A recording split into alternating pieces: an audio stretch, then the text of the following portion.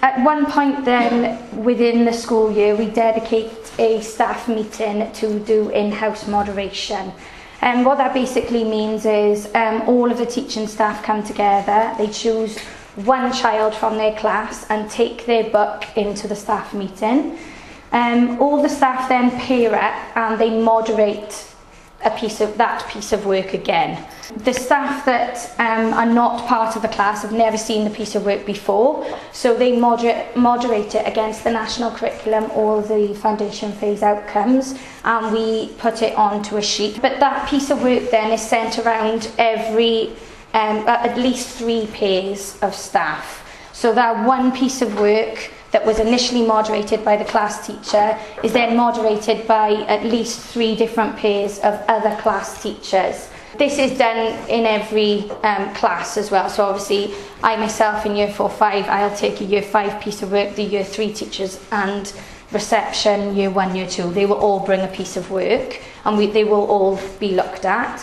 At the end of the session then, we will all feed back and we will discuss each piece of work in turn, and hopefully we will all come up with the same level for that piece of work.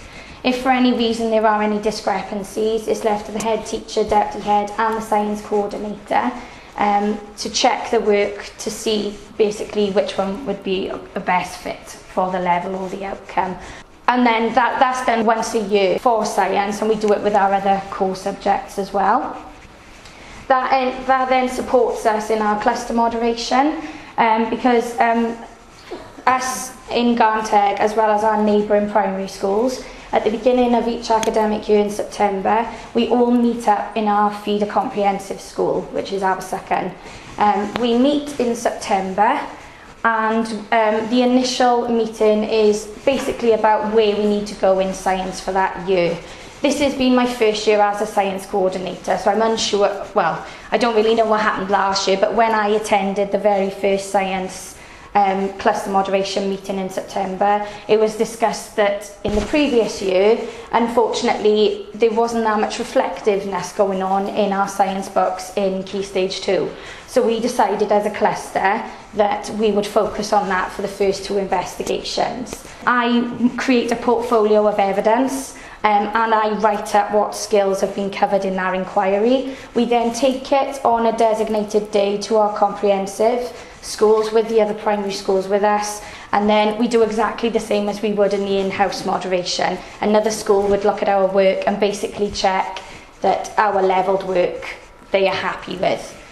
That would be carried out 3 times across the year. We do try and get 1 chemistry, 1 physics and 1 biology investigation in the books.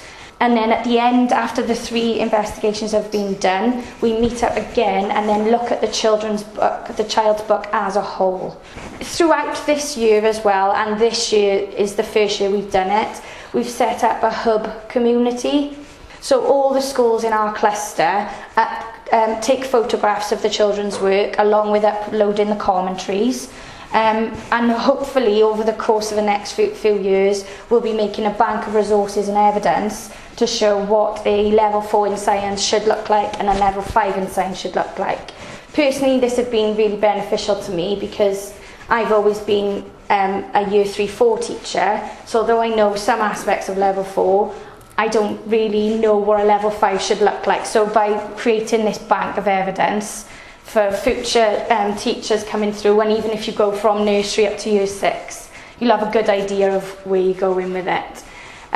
In our cluster moderation as well, the comprehensive science teacher comes in and moderates our work, and we also moderate theirs as well. So we have access to a level 5 and a level 6 piece of work. So for teachers in year 6 who may have some maths pupils, they can see areas where they can develop the children.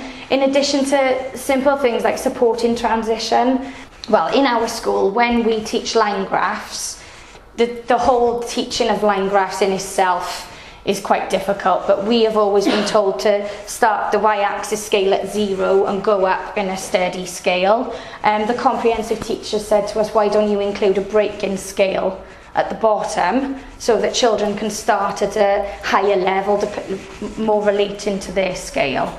It only sounds like something small, but if you can get the children doing it in year 6, it's a better transition into year 7. It supports the comprehensive science teachers' work, and the children are just more comfortable with it. It's always easier for, I think personally, when a primary school teaches a new skill, because the children have you all day every day, and you can embed that skill ready for when they go up to the comprehensive. It is a higher level skill, but the children are hitting the ground running then when they get to the comprehensive.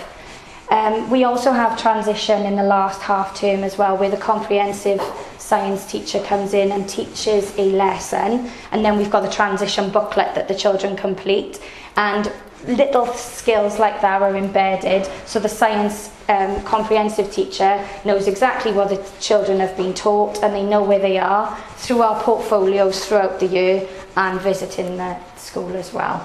So it's a really good collaborative way of thinking, and as we all do, we steal ideas, and it just supports with the transition for the children more than anything, really.